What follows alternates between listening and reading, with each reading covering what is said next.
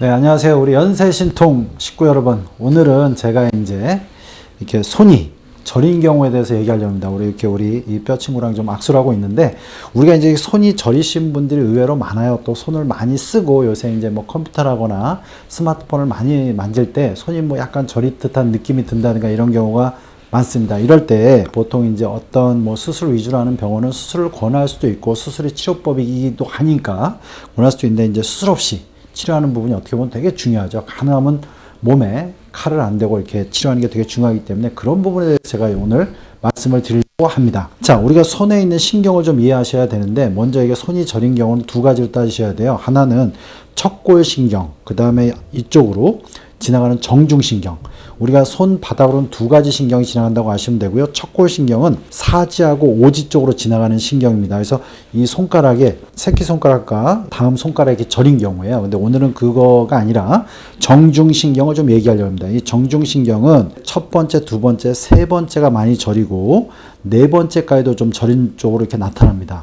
이 정중신경은 결국 손목을 지나가기 때문에 손목에서 눌려서 문제가 되는 경우가 많아요. 그래서 이걸 손목 터널 주근이라고 하고, 역으로 쭉 올라가면 우리가 이제 목에 5번, 6번 이렇게 주되게 여기서 신경이 나옵니다. 자, 그런데 물론 목에 디스크가 있어서 이제 우리가 손이 저릴 수가 있겠죠. 이건 또 여러분들이 목에 대해서 확인을 하고 이렇게 해야 되겠지만, 요 손목에서 문제가 돼서 이제 손이 저린 경우가 있어요. 우리가 이제 손을 많이 쓰면 손에서 생기는 안 좋은 현상이 이제 있습니다. 그게 뭐냐면, 우리가 손에는 이렇게 뼈를 보면 우리가 이제 이걸 전완부라 그러죠. 이게 상완부라 그러고 전완부라 그래요. 전완부에는 두 개의 뼈가 있습니다. 그래서 이제 하나는 이쪽에 엄지손가락 쪽에 있는 게 요골이고, 이 새끼손가락 쪽에 있는 게 척골이에요. 자, 이 두 사이로 정중신경이 지나가는 겁니다.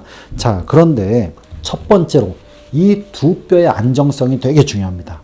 그러니까 우리가 이제 손목을 많이 쓰면 이 두 뼈를 서로 모아주는 인대라든가 이 두 뼈를 쭉 잡아주는 여기 방형회내근이라는 이렇게 돌려주는 근육이 있어요. 이런 근육이 약해지면 이 두 뼈 사이에 불안정증이 생깁니다. 그러면 이 손목뼈가 약간 두 뼈가 이렇게 벌어지는 경우가 있어요. 그러면 이게 왜 중요하냐면, 요게 벌어지면서 이 손에 있는 여기 뼈가 있는데, 요거는 우리가 이제 흔히 요 새끼손가락 쪽에 이렇게 볼록 나온 손바닥면을 보면 이렇게 나온 게 이게 완두콩 같이 나온 부위가 있습니다. 이게 이제 콩알뼈라고 많이 그러죠. 그 다음에 이쪽에 이제 우리가 손 쪽에 이제 또 큰 뼈가 있어요. 그래서 이제 손배뼈라고 보통 그러고, 요 가운데 있는 뼈가 이제 우리가 월상골이라고도 하고 뭐 반월뼈 이런 식으로 얘기합니다. 이런 식으로 손목에 이렇게 뼈가 이제 세 개가 이렇게 있단 말이죠. 근데 이 뼈의 나열이 요거하고 같이 맞물려서 들어가기 때문에 이게 불안정하면 손에 여기 이루는 뼈의 나열이 틀어지고 이 뼈들이 보통 이렇게 벌어집니다. 벌어지면 우리가 손목 정중신경이 지나가는 그 사이로 지나가는데 그 위에 있는 인대가 텐션이 생겨요. 긴장도가 생겨요. 그러니까 그 밑으로 지나가는 신경이 좀 더 눌릴 수가 있겠죠. 그래서 이렇게 손목 요 두 뼈, 전완부의 두 뼈와 손목을 이루는 요 뼈가 나열이 이렇게 좀 퍼지면서 신경이 좀 더 눌리는 영향을 주는 경우, 그런 게 이제 하나가 있겠고요. 또 하나는 뭐냐면, 여러분들이 당연히 일을 많이 하면 손을 이렇게 굴곡시키는, 손을 뭐 타이핑을 많이 한다든가 그러면 이쪽 근육을 많이 쓰겠죠. 그럼 근육을 많이 쓴다면 근육이 피곤하면 근육이 붓게 됩니다. 그러면 근육만 붓는 게 아니라 근육하고 이렇게 지나가는 힘줄이나 이런 게 부종이 좀 생겨요.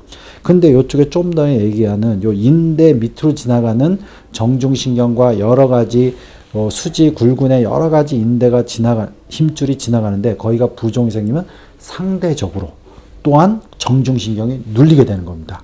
공간은 정해져 있는데 주변 조직이 좀 붓고 이렇게 됐기 때문에 그렇게 되는 거예요. 자, 그래서 이제 이런 식으로 또 이제 진행이 될 수가 있습니다. 마지막으로 또 하나는 뭐냐면, 좀 전에 얘기한 요 뼈 중에 반월뼈, 반달뼈, 월상골 이런 식으로 얘기하는데, 요 뼈가 약간 손바닥 측면에 약간 탈구되는 경우가 있습니다. 우리가 이제 어떤 디디고 딱 넘어졌다든가 이럴 때 많이 생기는데, 한마디로 이러면서 탁 디디면 요게 좀 더 뼈가 약간 손바닥 쪽으로 밀리는 거죠. 그러면 신경을 또 자극하는 거예요. 이 좁은 공간에서. 그래서 손이 저리게 됩니다. 자, 그러면 여러분들이 이럴 때 이제 스스로 자가적으로 풀려면 이런 식으로 전체로 스트레칭을 해주시고, 많이 이렇게 풀어주셔야 됩니다. 우리가 이제 책상 위에 놓고 전완부에 이렇게 풀다 보면 많이 뭉친 부위가 있어요. 이런 식으로 이제 풀어주셔야 되고요. 그 다음에 아까 얘기했지, 두 뼈 사이가 벌어질 때 문제가 되기 때문에 손을 이렇게 모아주는 형식으로 스트레칭을 이렇게 모아주는 쪽으로, 여러분들이 테이핑을 할 줄 안다면 이렇게 모아주는 쪽으로 너무 혈관이 압박되지 않는 정도로 이렇게 모아주셔야 되고요.